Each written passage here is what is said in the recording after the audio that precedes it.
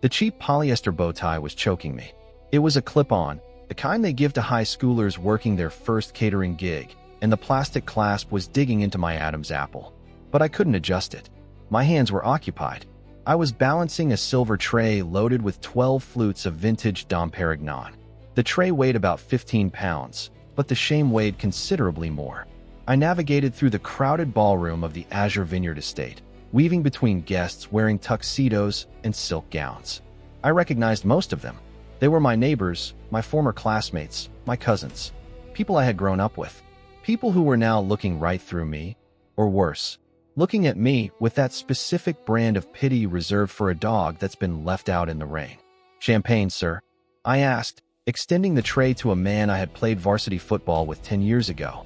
He paused, mid-laugh, and looked at me. His eyes widened. "Elias? Is that you?" I forced a smile. "Hello, Brad. Enjoy the evening." I didn't know you were working for Elite Catering now," Brad stammered, taking a glass awkwardly. "I thought you were doing tech stuff in Seattle." "Just helping out," I lied. It was the script my mother had given me. "If anyone asks, say you're between jobs and paying off debts. Don't humiliate us with the truth." Before Brad could ask more, a hand gripped my elbow. Sharp nails dug into the fabric of my white server's jacket. "Keep moving," my mother, Sylvia, hissed in my ear. She was smiling at the room, waving to a judge across the floor, but her voice was pure venom. "You're creating a bottleneck. The guests are thirsty, Elias. Do your job." "Mom, please," I whispered, keeping my eyes forward. "This is humiliating. Preston is my brother. I should be a groomsman, not a waiter." "Preston is marrying a Vanderbilt," Sylvia corrected me, steering me toward the back of the room. "This wedding is a merger, not just a marriage. We need everything to be perfect. And frankly, Elias, you can't afford a tuxedo. You can't even afford a gift. So, this is your contribution. You work the floor, you save me $500 on a server, and we call it even for the money your father wasted on your education." She released my arm. "Now go. The banker is arriving in 20 minutes.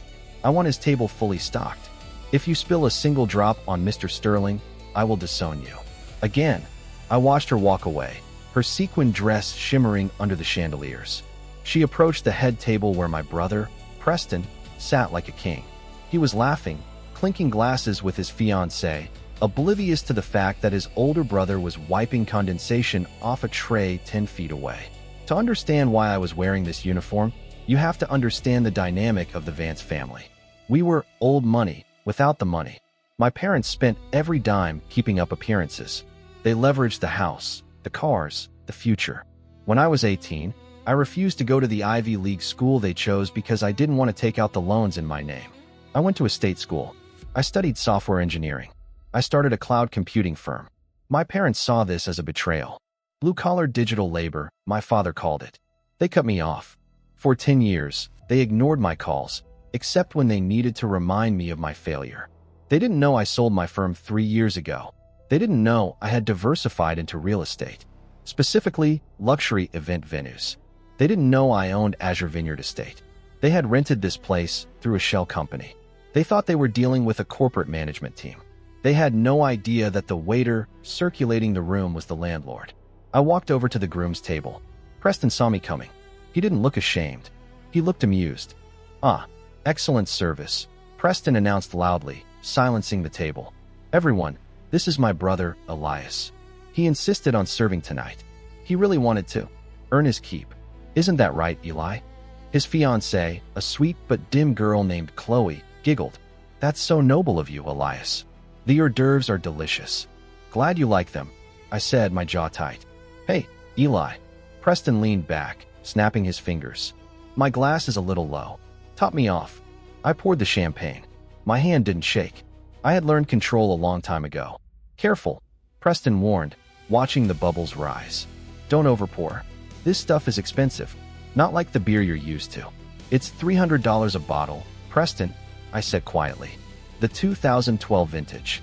Actually, the acidity is a bit high this year due to the early rains." Preston rolled his eyes. "Listen to the sommelier. Just pour the drink, fetch the napkins, and disappear when Mr. Sterling gets here. We need to impress him. He's holding the note on the family trust. If he likes the party, he might extend the loan." So this isn't an engagement party, I said. It's a fundraising event. It's survival, you idiot, Preston hissed, his smile dropping for a second. Dad is leveraged to the hilt. We need Sterling to sign off on the restructuring. So don't mess this up. If you drop a tray, you doom this family. I'll be careful, I said. I walked away. I went to the kitchen to refill. The catering staff, my employees, though they didn't know it yet, were rushing around. Hey, new guy. The manager barked at me. Grab the reserve Cabernet. The VIP table needs it. The big guy just pulled up in the limo. I grabbed the bottle. Chateau Margaux, my father's favorite, and the banker's favorite. I walked back out onto the floor. The atmosphere had shifted. The music had lowered. The air felt charged. My father was standing by the entrance, wringing his hands. My mother was fixing her hair frantically. Preston was standing up, adjusting his jacket. He's here, someone whispered. The double doors opened. Mr. Sterling walked in. He was a man who occupied space with terrifying confidence. He was wearing a charcoal suit that cost more than the average car. He didn't look at the decorations. He didn't look at the bride. He looked like a shark entering a swimming pool. My father rushed forward. Mr. Sterling, welcome. We are so honored you could join us on this special night. Sterling didn't smile. He shook my father's hand briefly. Arthur, nice venue. Very opulent. I see where the loan money went. My father laughed nervously. An investment in the future, Mr. Sterling. Preston's wedding will unite two great families. It secures our position. We'll see, Sterling said coldly. My analysts are still reviewing the collateral. Speaking of which, I asked for a meeting with the venue owner. I was told he would be here tonight. The owner. My mother stepped in, smiling brightly. Oh, you mean the manager? I'm sure he's in the back office. But surely, we are the ones you want to talk to. We rented the entire estate. I don't talk to managers, Sylvia, Sterling said, looking past her. He scanned the room. His eyes swept over the guests, the band, the tables. Then he stopped. He was looking at me. I was standing near a pillar, holding the bottle of Chateau Margaux and a white napkin. I locked eyes with him. Sterling's face changed. The cold, corporate mask dissolved into genuine shock, and then respect. He ignored my father. He ignored Preston holding out a hand to greet him. He walked straight across the dance floor, cutting a path through the confused guests. Mr. Sterling? Preston called out. The head table is this way. Sterling didn't hear him. He walked right up to me. I stood still. I didn't bow. I didn't offer a drink. Sterling stopped 3 feet away. He looked at my cheap clip-on bow tie. He looked at the server's jacket. He looked at the tray in my other hand. Elias? Sterling asked, his voice echoing in the sudden silence of the room.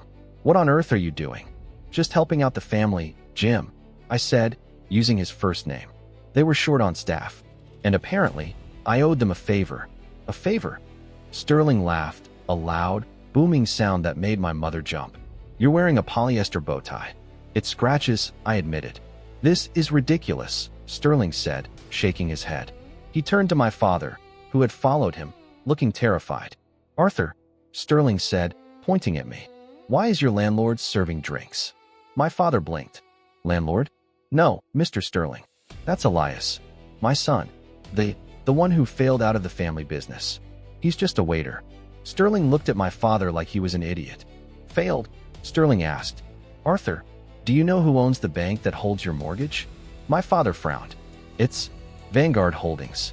Correct, Sterling nodded. And do you know who owns Vanguard Holdings? Sterling put a hand on my shoulder. A hand of deference. Meet the chairman, Sterling announced. This waiter is my boss, and he is the owner of this estate. My father didn't faint. He laughed. It was a brittle, frantic sound, like dry leaves crunching underfoot. He looked at Mr. Sterling, then at me, then back at Sterling.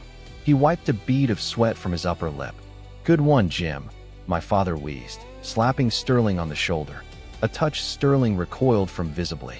You almost had me there. Elias? The chairman? The boy drives a 2015 Accord. He lives in a rental near the airport. Well, look at him. He's wearing a clip-on tie. I drive an Accord because I don't need a car to validate my existence, Arthur, I said. My voice wasn't the polite murmur of a waiter anymore.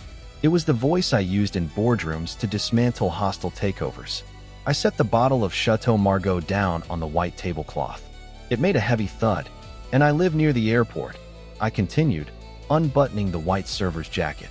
Because I spend 3 weeks a month flying between my offices in Tokyo, London, and New York. It's called efficiency. I pulled the cheap jacket off. Underneath, I was wearing a simple white dress shirt. But now, without the uniform, I stood differently. I stood like the man who signed the paychecks. I reached up and unclipped the plastic bow tie. I tossed it onto the table, right next to my mother's untouched salmon. "Here, Mom," I said. "You wanted to save $500 on staff? Consider it a gift." "Elias, stop this charade," my mother hissed, though her eyes were darting nervously between me and Sterling. "Mr. Sterling, please forgive him. He's always been delusional. He has a history of embellishing his achievements." "Sylvia," Sterling interrupted, his voice cutting through her panic like a knife. "I don't advise you to insult the man who holds the deed to your house." "He holds what?" Preston stood up, his face flushed. "That's a lie. The bank holds the deed. And Vanguard Holdings owns the bank," Sterling clarified, opening a folder he had accepted from an assistant who materialized at his side. "I brought the paperwork for the restructuring meeting you requested, Arthur. But since the chairman is here, we can skip the formalities." Sterling handed the folder to me. I opened it. I didn't need to read it. I had drafted it. "Let's look at the numbers," I said, addressing the table as if they were junior analysts who had failed a quarterly review. "The Vance Family Trust is currently underwater by $4 million. You leveraged the primary residence to pay for the summer house. You leveraged the summer house to pay for Preston's law school tuition, which, I might add, he barely passed." Preston flinched. Chloe, his fiancée, pulled her hand away from his. "And this party?" I looked around the opulent ballroom. "The Azure Vineyard Estate rental fee is $50,000. The catering is $20,000. The wine? Well, we know about the wine." I looked at my father. "Who paid for this, Dad?" We have a line of credit," my father stammered. "With the venue." "No," I corrected him. "You have a pending invoice with the venue. An invoice that is currently 90 days overdue. My management team flagged it last week. They were going to cancel the event." "Why didn't they?" my mother whispered. "Because I told them to let it proceed," I said. "I wanted to see it. I wanted to see you spend $70,000 you don't have, to impress people you don't like, while treating your own son like a servant." "We didn't know," my mother cried out, tears finally spilling over. Not tears of remorse, but tears of a socialite realizing the music had stopped. "Elias, baby, we didn't know it was you. If we knew you were successful, we would have." "You would have what?" I asked cold. "Invited me to sit at the table? Bragged about me? Asked me for money? We're family," Preston shouted, trying to regain control of the narrative. "You can't just ambush us like this. You're my brother. You should be helping me, not humiliating me in front of my fiancée." "Helping you?" I laughed. "Preston, do you remember when I started my first company? I asked you for a loan. $5,000. You told me to get a real job and bought a jet ski instead." I looked at Chloe. She was staring at Preston with a look of dawning horror. She was a Vanderbilt cousin. She understood money. And she understood the lack of it. "Chloe," I said gently, "did he tell you he was a partner at the firm?" "Yes," she whispered. "He's a junior associate," I said. "And he's on probation for billing discrepancies. I know because my firm handles the forensic accounting for his law office." Preston turned purple. "That's confidential." "It's relevant," I said, "since you're asking for a loan restructuring." I closed the folder. "So, here is the situation," I announced. The music had stopped. The entire room was watching. "You are insolvent. You are trespassing on my property with an unpaid bill. And you just insulted the chairman of your lending institution." "Elias, please," my father begged, physically shrinking in his chair. "Don't do this. Not here. We can work this out. We can put you on the board. We can change the will." "I don't want the will, Dad," I said. "I have my own legacy. What I want is payment." "We don't have it," my father admitted, his voice broken. "You know we don't have it." "Then we have a problem," I said. "Because Elite Catering has a strict policy. No payment, no service." I signaled to the kitchen staff, my staff. The manager, who had been watching from the doorway, nodded. Suddenly, the waiters stopped serving. They put down their trays. They began collecting the half-full glasses of champagne from the guests' hands. "What are you doing?" my mother shrieked. "Stop. You're ruining the party." "The party is over, Mom," I said. "Unless..." I paused. A cruel idea formed in my mind. A test. Unless you want to work it off. What? Preston asked. I pointed to the tray I had left on the table. The heavy silver tray with the dirty glasses. The catering staff is dismissed, I said. I'm giving them the night off with full pay. But the guests are still thirsty. And someone needs to clean up. I looked at Preston, then at my mother, then at my father. If you want to keep the house, I said softly. If you want me to sign that restructuring deal that keeps you out of bankruptcy court, you finish the shift. You want us to serve? My mother gasped, clutching her pearls. I am the hostess. Tonight, I said, you're the help. I looked at Preston. Put on the bow tie, Preston. It's a clip-on. It fits anyone. Preston looked at the cheap plastic tie on the table. He looked at Chloe. Preston, Chloe said, her voice icy. If you don't do it, my father will find out you're broke. And the wedding is off. Preston's face crumbled. He looked at me with pure hatred, but the fear was stronger. He reached out and grabbed the bow tie. My father stood up slowly. He took off his tuxedo jacket. Where are the aprons? My father asked, his voice dead. In the kitchen, I said. Chop chop. The reserve Cabernet isn't going to pour itself. I took the seat at the head of the VIP table, the seat reserved for the groom. Mr. Sterling sat to my right, looking amused as he unfolded a crisp white napkin. I must say, Elias, Sterling murmured, swirling his water glass. The service has improved dramatically in the last 5 minutes. There is a certain urgency to it. I watched as my mother, Sylvia, navigated the tables.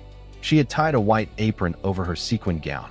Her mascara was running, leaving black streaks down her cheeks, but she was pouring wine. She moved stiffly, avoiding eye contact with her friends, who were now whispering behind their hands. My father was clearing plates. The man who had once lectured me on the importance of executive presence was now scraping leftover salmon into a bin bus tub. But the centerpiece of the evening was Preston. My brother approached our table. He was wearing the clip-on bow tie. It was crooked. He held a bottle of champagne, the same bottle I had opened earlier.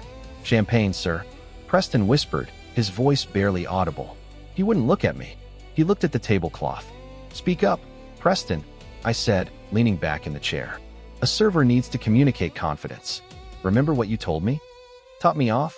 Preston's hand shook as he poured the golden liquid into my flute. He spilled a few drops on the base of the glass. Careful, I chided him, echoing his earlier words. That stuff is expensive. Don't waste the assets. Preston finished pouring. He stood there, waiting to be dismissed, humiliation radiating off him in waves. Is there anything else? Elias? He asked through gritted teeth. Just one thing, I said. I looked past him, toward the door. Chloe, his fiancée, was standing there. She wasn't looking at him with sympathy. She was looking at him with the cold, detached appraisal of an investor who realizes she bought a lemon. Her father, the Vanderbilt cousin, was whispering in her ear. Chloe walked over to the table. She didn't look at Preston. She looked at me. Mr. Vance, she said politely. Thank you for clarifying the financial situation. My father and I appreciate transparency. Then she turned to Preston. I can't do this, Preston, she said, her voice devoid of emotion. I can handle a bad boy. I can even handle a broke boy. But I can't handle a liar who makes his own family serve him. She pulled the 3-carat diamond ring off her finger. This is cubic zirconia, isn't it? She asked, looking at the stone. Preston didn't answer. The silence was the answer. She dropped the ring into Preston's apron pocket. It landed with a soft thud. Goodbye, Preston. She walked out, her heels clicking rhythmically on the hardwood floor, signaling the end of the merger, the marriage, and Preston's social climbing. Preston watched her go. He looked like he was going to collapse.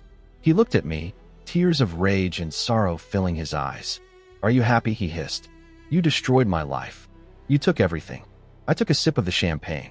It was crisp, cold, and perfect. I didn't take anything.